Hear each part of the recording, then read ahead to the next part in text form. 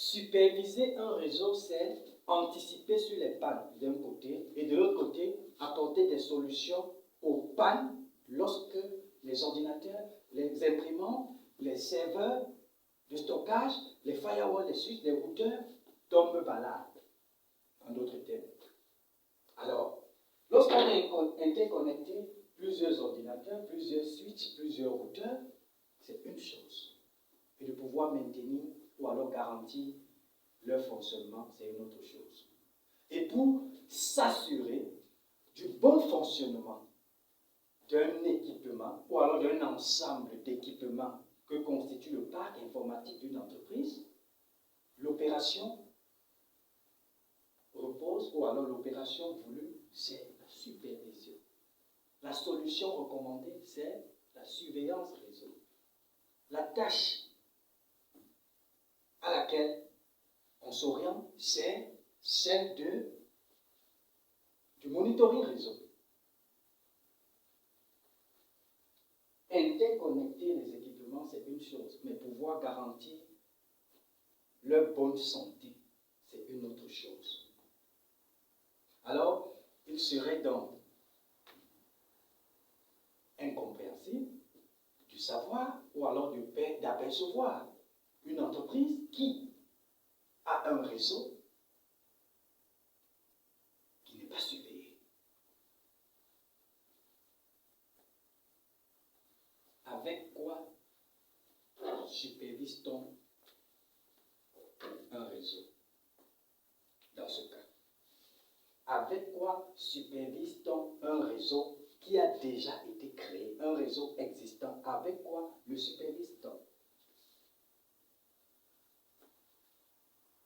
Vous qui avez des entreprises, vous qui êtes des entrepreneurs, vous qui avez le souci, n'est-ce pas, d'être accompagné dans la mise en place d'un réseau pour votre structure, n'hésitez pas à me contacter. Je suis Fernand Tech, administrateur des réseaux et vous pouvez accéder à toutes mes plateformes en ligne, disponibles 24 heures sur 24, Facebook, ma page professionnelle, YouTube également, Fernand Tech, et mon site web disponible en ligne à l'adresse dont vous aurez, n'est-ce pas, le privilège de l'apercevoir sur mes différentes pages, à l'entrée de mes différentes pages en ligne, que ce soit Facebook ou alors YouTube. Alors, avec quoi supervise-t-on? C'est la question que l'on se pose. Bien évidemment, avec des outils. Avec des outils. Avec des outils. Quels sont donc les outils de supervision? Quels sont donc les outils utilisés pour surveiller un réseau? Parmi ces outils, vous avez certains outils qui sont propriétaires et d'autres qui n'en sont pas. C'est quoi un outil propriétaire?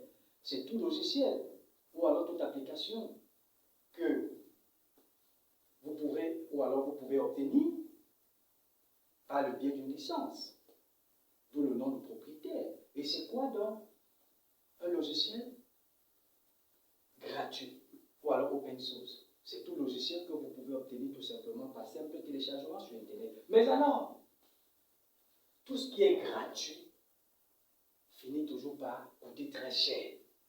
Il ne s'agit donc pas pour un entrepreneur d'aller miser sur les logiciels open source, c'est-à-dire gratuits, pour monitorer son réseau d'entreprise.